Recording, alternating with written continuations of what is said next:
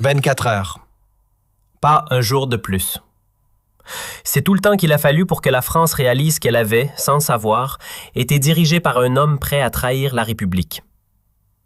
Une seule journée séparait l'instant où Bruno Retailleau, alors ministre de l'Intérieur, croyait avoir déplacé la dernière pièce de son jeu politique et celui où Sébastien Lecornu allait exposer publiquement l'ampleur d'un complot soigneusement préparé dans l'ombre du pouvoir. Ce qui s'est déroulé ce 15 décembre 2020 dépasse largement les scénarios que l'on imagine dans les démocraties contemporaines. On y trouve les ingrédients d'un sabotage venu des plus hautes sphères de l'État, mais aussi le courage d'un homme décidé à dévoiler la vérité, quelles qu'en soient les conséquences. Ce matin-là, personne n'avait anticipé la tempête politique qui allait éclater. Lecornu lui-même pensait encore remplir loyalement sa mission au service de la République. À l'Élysée, on était convaincu que tout restait sous contrôle. Quant à Bruno Retailleau, il savourait déjà la réussite supposée de son plan, sans se douter que la mécanique qu'il avait mise en marche était sur le point d'exploser au grand jour. Tout avait commencé bien avant l'explosion médiatique, précisément 3 semaines plus tôt, derrière les portes capitonnées du ministère de l'Intérieur, place Beauvau. Ce jour-là, Bruno Retailleau se retrouva face à une visite inattendue. L'homme qui venait d'entrer dans son bureau portait un costume sombre impeccable et une assurance presque dérangeante. Il se présenta simplement. Laurent. Mais derrière cette apparente sobriété se cachait une figure bien plus complexe. Ancien agent des services de renseignement devenu architecte d'opérations politiques discrètes, il agissait dans l'ombre pour le Rassemblement national. En prenant place dans un fauteuil de cuir face au ministre, il observa Retailleau avec un calme calculé. « Monsieur le ministre, commença-t-il d'un ton posé, nous avons remarqué que votre place dans ce gouvernement ne vous satisfait pas vraiment. Et nous savons aussi que vos ambitions dépassent largement ce poste. » Sans attendre de réponse, Laurent ouvrit sa mallette et posa sur la table un dossier épais. À l'intérieur, une étude méticuleuse de la trajectoire politique de Retailleau. Ses discours, ses prises de position, ses rivalités et même ses rêves inavoués. « Nous avons analysé votre parcours sous tous les angles, ajouta-t-il. Et soyons honnêtes, dans cet exécutif hésitant, vous semblez plutôt mal placé. » En parcourant les pages, Retailleau sentit un mélange d'intrigue et d'inconfort. Chaque détail de sa carrière semblait avoir été disséqué. Ce qui le troubla le plus, cependant, fut de constater à quel point ses interlocuteurs semblaient connaître ses pensées les plus secrètes. La curiosité laissa vite place à la méfiance. Retailleau releva les yeux.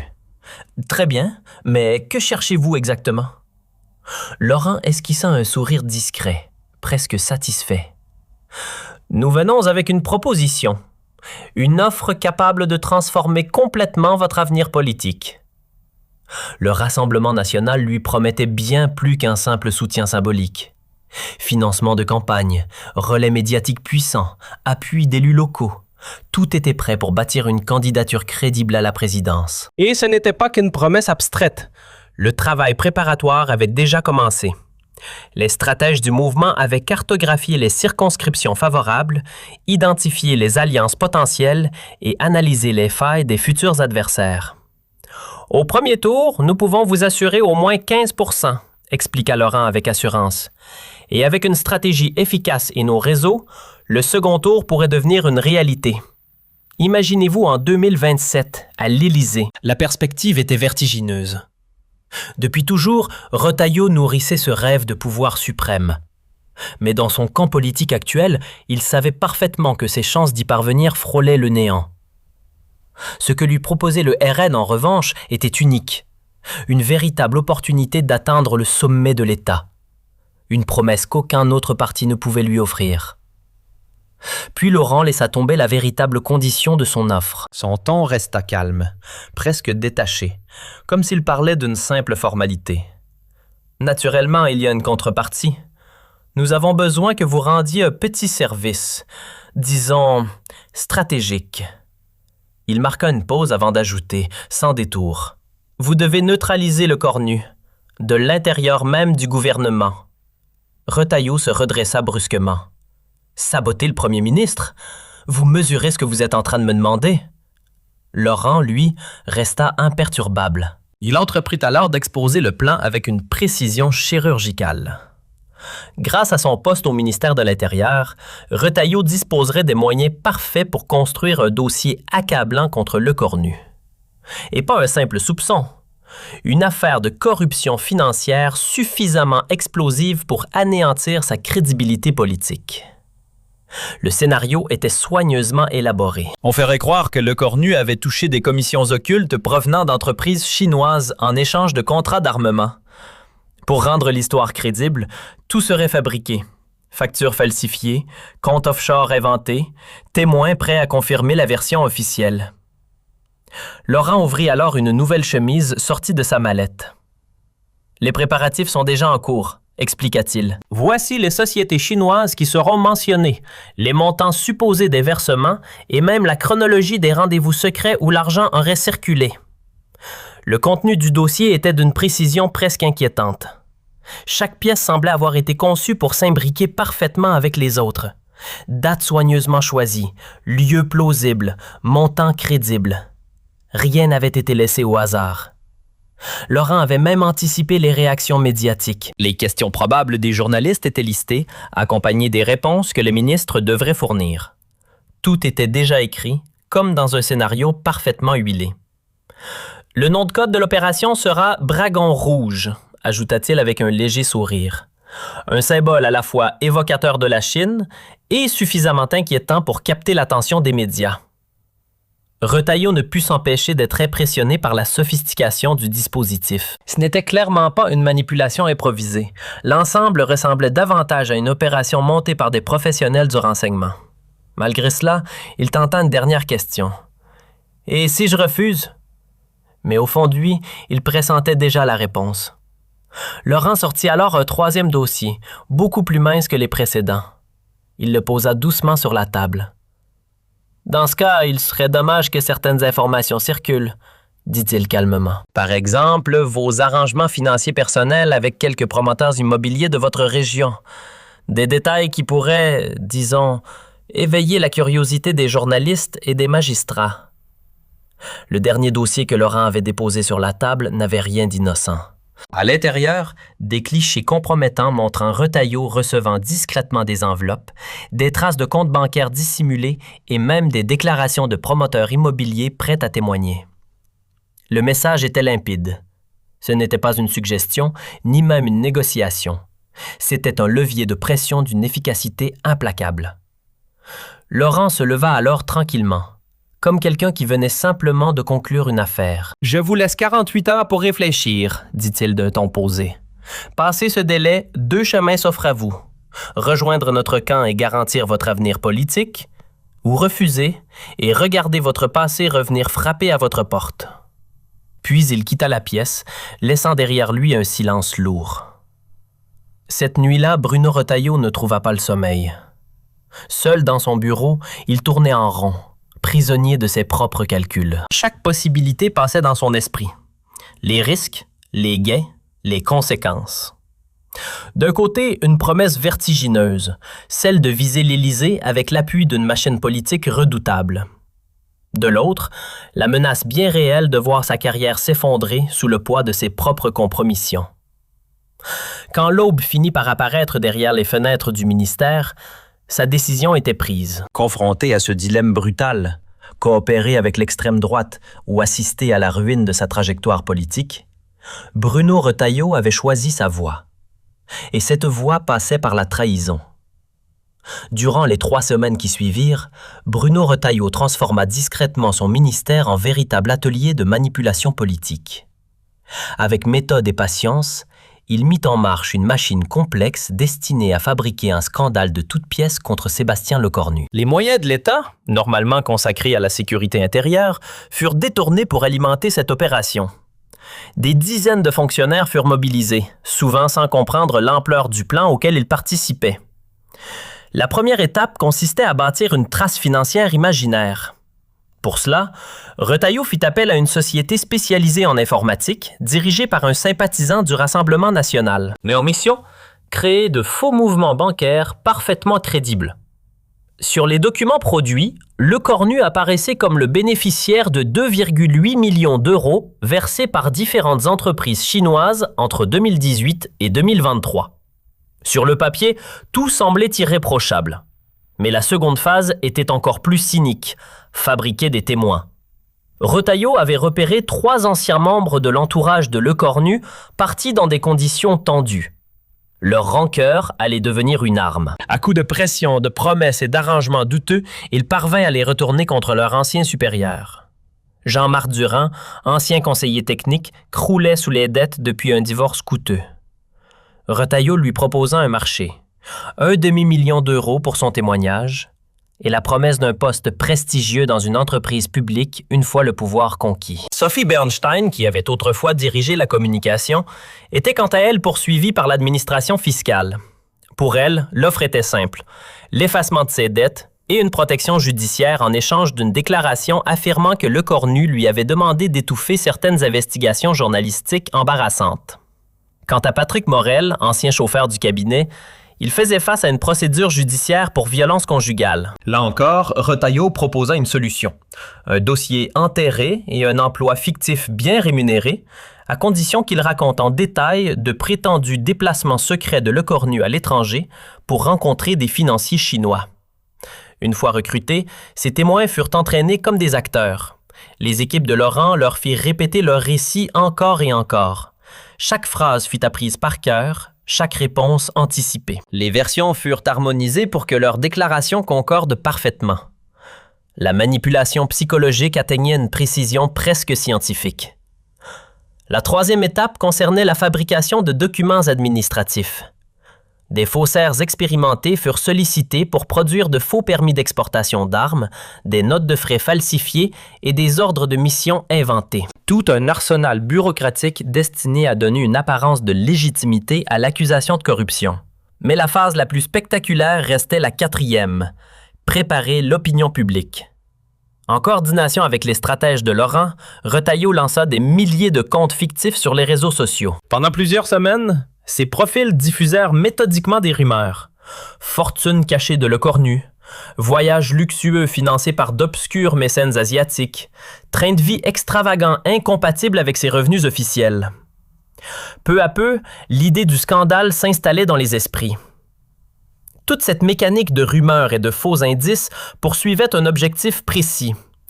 Habituer progressivement l'opinion publique à l'idée d'un scandale. Ainsi, lorsque les preuves apparaîtraient enfin, les citoyens auraient l'impression d'assister non pas à une révélation inattendue, mais à la confirmation de soupçons déjà installés dans leur esprit. Mais dans l'ombre, une variable échappait complètement au calcul de Retailleau. Depuis les premiers mouvements de cette opération clandestine, quelqu'un suivait ses traces avec une attention implacable. Cette personne s'appelait Marie Gauthier. Âgée de 52 ans, elle occupait le poste de directrice adjointe à la Direction générale de la sécurité intérieure, la DGSI. Peu connue du grand public, elle avait pourtant la réputation d'être l'une des responsables les plus redoutablement efficaces du renseignement intérieur. À la tête de l'unité chargée de surveiller les menaces visant la stabilité de l'État, elle avait appris à repérer les anomalies là où d'autres ne voyaient rien. Ses soupçons avaient commencé à naître lorsque ses analystes avaient détecté plusieurs activités étranges dans les systèmes administratifs. Des accès inhabituels à des bases de données sensibles provenant des services liés à Retailleau. Des demandes d'informations concernant certaines entreprises chinoises qui n'avaient aucun lien avec des enquêtes officielles. Et surtout, des vérifications approfondies sur d'anciens collaborateurs de Lecornu. Ces signaux isolés auraient pu passer pour de simples coïncidences, mais pour Marie Gauthier, ils formaient déjà un motif d'inquiétude. Pourtant, ce qui finit réellement par éveiller son attention fut le comportement inhabituel observé chez plusieurs agents du ministère de l'Intérieur. Grâce à ces informateurs, elle reçut des rapports troublants. Réunions organisées dans la plus grande discrétion, déplacements dont personne ne pouvait expliquer la raison, et consultation de bases de données à des heures tardives. Un soir, elle partagea ses doutes avec son adjoint, le commandant Pierre Roussel. « Quelque chose ne tourne pas rond », lui confia-t-elle. « Les recherches qu'ils effectuent n'ont aucun rapport avec les missions habituelles du ministère. Et surtout, pourquoi Retailleau s'intéresse-t-il autant aux finances personnelles de Lecornu ?» Face à ces anomalies accumulées, elle prit une décision lourde de conséquences. Placer discrètement le ministre sous surveillance. Une telle mesure n'était pas anodine. Espionner un membre du gouvernement représentait un acte d'une gravité exceptionnelle. Mais Marie Gauthier avait développé un instinct solide au fil des années. Et cet instinct lui soufflait qu'une affaire bien plus sérieuse se préparait dans l'ombre. La surveillance avait commencé dans le plus grand secret. Une nuit, profitant de l'absence du ministre, les agents de la DGSI pénétrèrent discrètement dans son bureau pour y installer plusieurs dispositifs d'écoute. Dans le même temps, ses lignes téléphoniques furent placées sous interception, une autorisation exceptionnelle que Marie Gauthier avait obtenue directement du premier ministre, sans lui dévoiler encore l'étendue de ses soupçons. En parallèle, des équipes de filature observaient chacun de ses déplacements avec une discrétion absolue. Très vite, les découvertes dépassèrent tout ce qu'ils avaient imaginé. Les enregistrements révélaient un contact régulier entre Retailleau et Laurent, l'émissaire du Rassemblement national. Les deux hommes échangeaient plusieurs fois par semaine, utilisant des téléphones chiffrés qu'ils remplaçaient fréquemment. Quant à leur rencontre, elle se déroulait dans des lieux soigneusement choisis pour éviter toute attention. Parking souterrain presque vide, petit restaurant de banlieue loin des regards, appartements appartenant à des prête-noms. Le 8 décembre, une conversation enregistrée attira particulièrement l'attention des analystes. L'opération Dragon Rouge se déroule exactement comme prévu, expliquait la voix de Retailleau. Les faux dossiers seront finalisés la semaine prochaine. Les 3 témoins sont prêts, ils ont été préparés et rémunérés. Nous pourrons lancer l'attaque contre Lecornu dès que vous le déciderez. Laurent répondit sans hésiter. Excellent. Marine veut absolument voir Lecornu tomber. Il faut qu'il soit politiquement neutralisé avant les prochaines élections. Nos études internes montrent qu'il pourrait devenir un obstacle sérieux pour nos projets. Toutes ces conversations furent patiemment enregistrées, puis retranscrites mot pour mot par les analystes de Marie Gauthier. Chaque nouveau fichier audio renforçait encore la gravité de l'affaire. Dans l'ombre, elle construisait un dossier solide. Photographie des rencontres clandestines, extraits audio compromettants, preuves techniques de la fabrication des faux documents. Pièce après pièce, elle assemblait le puzzle de cette trahison. Le soir du 14 décembre, Marie Gauthier comprit qu'elle ne pouvait plus attendre. La décision qu'elle prit alors pouvait mettre fin à sa carrière.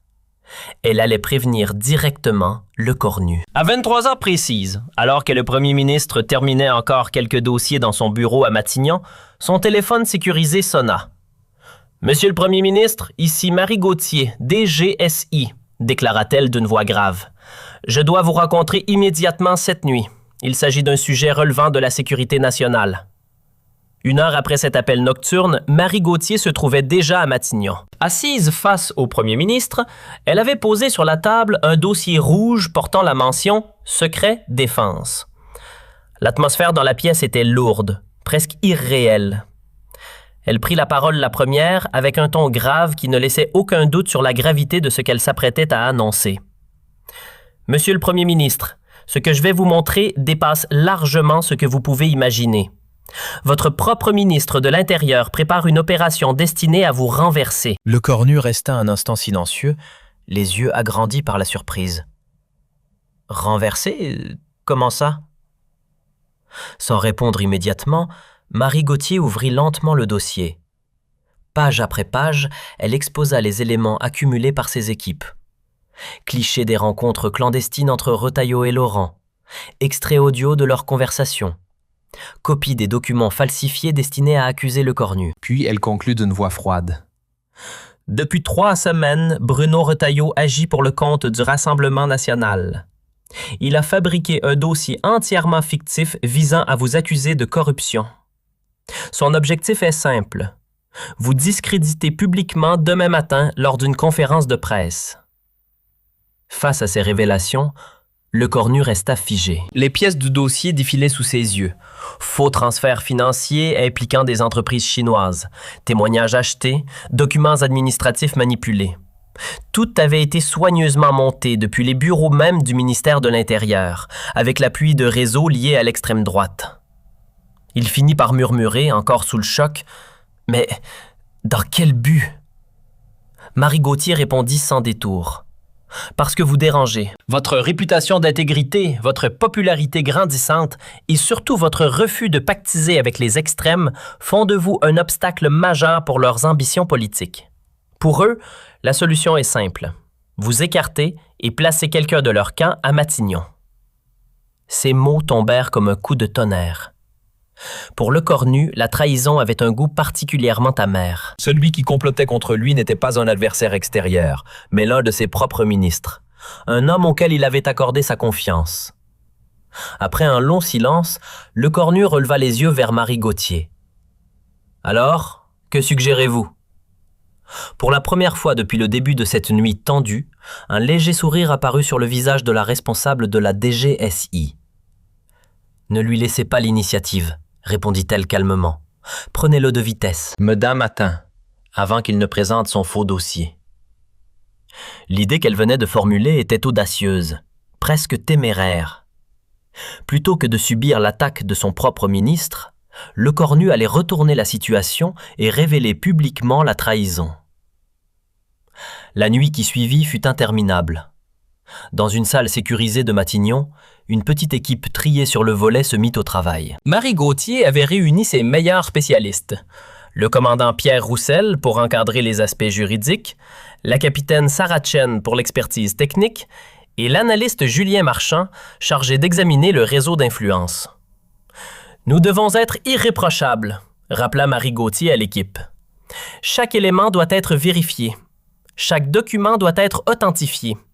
Chaque témoignage doit être recoupé. » Retailleau tentera sans doute de contester la procédure pour éviter de répondre aux accusations elles-mêmes. Sarah Chen se concentra sur l'analyse informatique des pièces du dossier. Sur son écran défilaient les données techniques. « Regardez ces métadonnées », expliqua-t-elle. « Les prétendus documents officiels chinois ont en réalité été créés la semaine dernière, sur un ordinateur situé en France. Nous avons même identifié l'adresse IP utilisée. » De son côté, Pierre Roussel passait chaque preuve au crible du droit. Les interceptions téléphoniques sont autorisées, les surveillances sont correctement documentées et les témoignages sont juridiquement recevables. Leur contestation sera très difficile. Pendant ce temps, Julien Marchand cartographiait les liens entre le Rassemblement national et certains relais au sein de l'administration. « Retailleau n'est pas seul », précisa-t-il. « Nous avons repéré au moins 15 hauts fonctionnaires en contact avec ce réseau. C'est un système organisé, presque une toile d'araignée. » Toute la nuit, ils assemblèrent patiemment un dossier solide, 300 pages de preuves analysées et validées. On y trouvait les enregistrements des conversations avec les intermédiaires du RN, des photographies de réunions clandestines, les traces numériques des faux documents et même les témoignages de fonctionnaires impliqués malgré eux. Vers 5 heures du matin, Marie Gauthier posa le dossier final devant le Premier ministre. « Monsieur le Premier ministre, nous avons un dossier extrêmement solide, mais soyez conscient d'une chose. Une fois cette affaire révélée publiquement, il n'y aura plus de retour possible. Êtes-vous prêt à aller jusqu'au bout? » Lecornu regarda un instant celle qui venait de risquer sa carrière pour protéger les institutions. « Marie, sans vous et votre équipe, personne n'aurait vu venir cette manœuvre. La République aurait pu être manipulée sans même s'en rendre compte. Nous devons agir. » À 6 heures, la décision était prise. Une conférence de presse urgente fut convoquée pour 10 heures du matin, officiellement consacrée à une annonce sur la sécurité intérieure. Lecornu prit même soin d'appeler lui-même Retailleau pour l'inviter à se tenir à ses côtés lors de l'événement, adoptant volontairement un ton inquiet et mystérieux. Le piège venait d'être tendu. « Bruno, j'aimerais que vous soyez présent à mes côtés lors de la conférence de presse de demain. Nous avons découvert des éléments très inquiétants concernant la sécurité de l'État. Votre expérience au ministère de l'Intérieur sera indispensable. » À l'autre bout du fil, Retailleau ne se doutait de rien. Il accepta immédiatement avec un enthousiasme à peine dissimulé. Dans son esprit, cette invitation ressemblait à une occasion inespérée. La tribune parfaite pour dévoiler le dossier qu'il avait patiemment fabriqué contre Lecornu. Il croyait être sur le point de porter le coup décisif.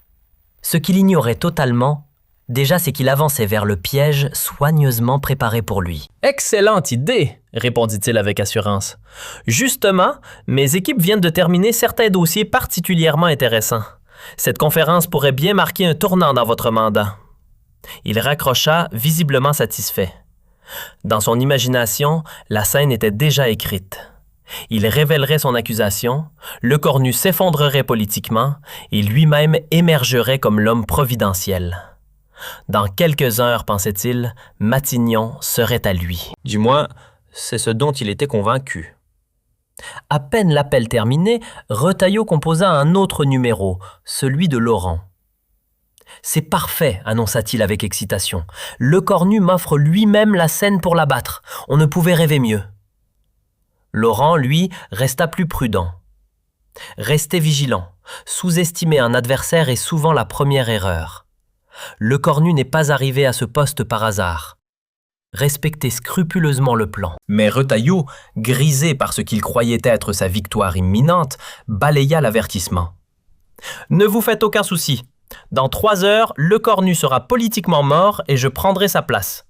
Marine pourra commencer à préparer 2027 avec son futur Premier ministre. » Pendant ce temps, à Matignon, une toute autre scène se déroulait. Dans les couloirs du bâtiment, l'équipe de Marie Gauthier achevait les derniers préparatifs. Des agents en civil prenaient position autour de la salle de presse et dans les environs. Les techniciens vérifiaient le matériel de diffusion qui permettrait de projeter les preuves sur de grands écrans. Chaque détail avait été planifié avec précision. Le piège se refermait lentement. Peu avant 9 heures, la voix de Marie Gauthier parvint discrètement dans l'oreillette du Premier ministre. « Monsieur le Premier ministre, nos équipes sont prêtes. Si Retailleau tente la moindre manœuvre, fuir, détruire des preuves ou provoquer un incident, nous interviendrons immédiatement. » Lecornu acquiesça lentement. À cet instant précis, il ressentait pleinement la gravité du moment. Ce qui allait se produire dans l'heure suivante pourrait bien devenir l'un des épisodes les plus décisifs de toute sa carrière, peut-être même de sa vie. À 10 heures exactement, il pénétra dans la salle de presse de Matignon. Juste derrière lui marchait Bruno Retailleau, arborant un sourire sûr de lui. Sous son bras, il tenait une mallette noire en cuir. À l'intérieur se trouvait le dossier qu'il croyait être son arme finale. Dans son esprit, la scène était déjà écrite. Dans quelques minutes, il dévoilerait son accusation et Lecornu tomberait. Mais la réalité s'apprêtait à être bien différente. La salle était remplie à craquer. Plus d'une centaine de journalistes, français et étrangers, avaient pris place, conscients qu'un événement majeur se préparait. Les caméras des grandes chaînes étaient pointées vers l'estrade, tandis que les photographes capturaient chaque mouvement des deux hommes. La tension était presque palpable. Avant que la conférence ne commence, Retailleau jeta un dernier regard discret dans sa mallette. Tout était là. Les transferts bancaires falsifiés, les déclarations fabriquées, les pièces administratives manipulées. Il avait même préparé un discours soigneusement rédigé. Dans ce texte, il expliquerait comment une enquête menée par ses services avait mis au jour, avec indignation, la prétendue corruption du premier ministre. Mais cette certitude allait bientôt se briser. Pendant ce temps, Lecornu prit place derrière le pupitre. Devant lui, il posa une chemise rouge portant la mention « Confidentiel ». Il observa quelques secondes l'assemblée de journalistes venus de toute la France et de l'étranger. Son expression était grave, presque solennelle. Celle d'un homme prêt à dévoiler une vérité qui allait secouer tout un pays. Puis il prit la parole d'une voix calme, mais chargée d'émotion. « Mesdames et messieurs, je dois aujourd'hui vous faire une révélation d'une extrême gravité. Une révélation qui concerne directement la sécurité de nos institutions démocratiques et l'avenir de notre République. » Installé au premier rang, Retailleau affichait encore un sourire satisfait. Sa mallette reposait tranquillement à ses pieds, prête à livrer les révélations qu'il croyait décisives. Dans sa tête, le scénario semblait déjà écrit. Lecornu allait annoncer sa démission sous le poids du scandale, et lui apparaîtrait ensuite comme celui qui avait courageusement dévoilé la vérité. Il avait même préparé dans son esprit l'expression parfaite de surprise mêlée de tristesse qu'il afficherait devant les caméras. Mais la suite du discours prit une direction totalement inattendue. « Hier soir, poursuivit Lecornu d'une voix ferme, j'ai appris qu'un membre de mon propre gouvernement trahissait la République française en collaborant secrètement avec l'extrême droite. » À cet instant précis, le sourire de Retailleau se figea. Sans détourner le regard de l'Assemblée, Lecornu ouvrit le dossier rouge posé devant lui et en sortit une première photographie qu'il montra aux caméras. Voici Bruno Retailleau, ministre de l'Intérieur, rencontré le 24 novembre dernier dans un restaurant parisien avec un représentant de Marine Le Pen. Le visage de Retailleau perdit soudain toute couleur. Lecornu poursuivit calmement en sortant une autre pièce du dossier. Et voici un extrait audio de leur conversation dans laquelle M. Retailleau accepte de déstabiliser mon gouvernement en échange du soutien du Rassemblement national. Quelques secondes plus tard, l'enregistrement fut diffusé dans la salle. La voix du ministre y était parfaitement reconnaissable. On l'entendait évoquer le plan destiné à fabriquer des accusations et à faire tomber le premier ministre. La réaction fut immédiate. Dans la salle, les journalistes se mirent à écrire à toute vitesse, tandis que les caméras se tournaient vers Retailleau. Lui restait figé, incapable de masquer sa stupeur. Pendant près de 20 minutes, Lecornu déroula méthodiquement les éléments du dossier. Chaque accusation était accompagnée de preuves visuelles projetées sur les grands écrans installés dans la salle. Pièce après pièce, l'illusion s'effondrait. Lecornu poursuivait sa démonstration avec une précision implacable. Chaque élément du complot apparaissait tour à tour sur les écrans. Les dossiers falsifiés élaborés au sein même du ministère de l'Intérieur, les témoignages achetés, les montages financiers destinés à simuler une corruption inexistante. Rien n'était laissé dans l'ombre. Pointant l'écran derrière lui, il expliqua calmement. Regardez les métadonnées de ce soi-disant document officiel provenant de Chine. Elles montrent clairement qu'il a été créé le 3 décembre dernier, sur un ordinateur situé au ministère de l'Intérieur, ici même à Paris. La salle retenait son souffle. Même les journalistes les plus aguerris griffonnaient à toute vitesse, conscients d'assister à une scène qui entrerait probablement dans l'histoire politique de la Ve République. Puis Lecornu sortit une nouvelle pièce du dossier. Voici également les preuves de paiement effectuées par M. Retailleau. 500 000 € versés à Jean-Marc Durand, 300 000 à Sophie Bernstein et 200 000 à Patrick Morel, afin qu'ils témoignent contre moi. À chaque nouvelle révélation, le visage de Retailleau se décomposait un peu plus. Son plan, si soigneusement élaboré, se désagrégeait publiquement. Dans l'Assemblée, une question semblait flotter dans l'air. Comment un dispositif aussi minutieux avait-il pu être découvert? Lecornu, lui, choisit de répondre indirectement, en s'adressant frontalement à son ministre. Bruno Retailleau a détourné le ministère de l'Intérieur de sa mission pour en faire un instrument de propagande au profit de l'extrême droite. Il a mobilisé les ressources de l'État, l'argent des contribuables et les institutions de la République pour construire de toutes pièces une accusation mensongère contre le chef légitime du gouvernement. Un silence impressionnant envahit la salle.